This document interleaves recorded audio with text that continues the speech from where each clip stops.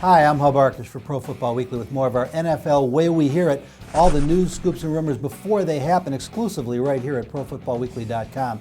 And what we're hearing in San Francisco is Mike Singletary is about as close to dead man walking as the head coach there as you can be without actually being out the door. His press conference following the 21-0 shutout loss to the Tampa Bay Buccaneers, about as embarrassing a performance as we've seen in a long time. And the reports that we're getting now are, well, it's hard to imagine him being fired during the season. Pretty much regardless of what happens, they don't have a lot of choices. Remember, Jimmy Ray, the offensive coordinator, already fired. We don't see Greg Minuski, the defensive coordinator, as an interim head coach. So Singletary probably finishes the season. That's the good news for the Singletary family.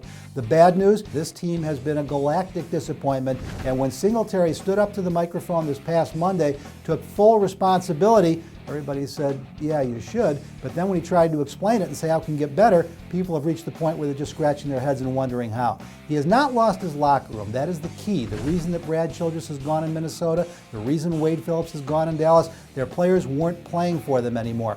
That's not the problem in San Francisco. The problem is worse. They appear to be pretty poorly coached. Now, Mike Singletary does have a big game against Arizona. That's a division that is still winnable. Even at 3-7, they get to 8-8, maybe even 7-9. They could actually end up in the playoffs. That might be enough to save his job. But the bottom line is nobody sees that happening at this point in San Francisco, as Singletary appears to be grasping at straws. For more NFL Way We Hear It 24 hours a day, 7 days a week, check back right here at ProFootballWeekly.com.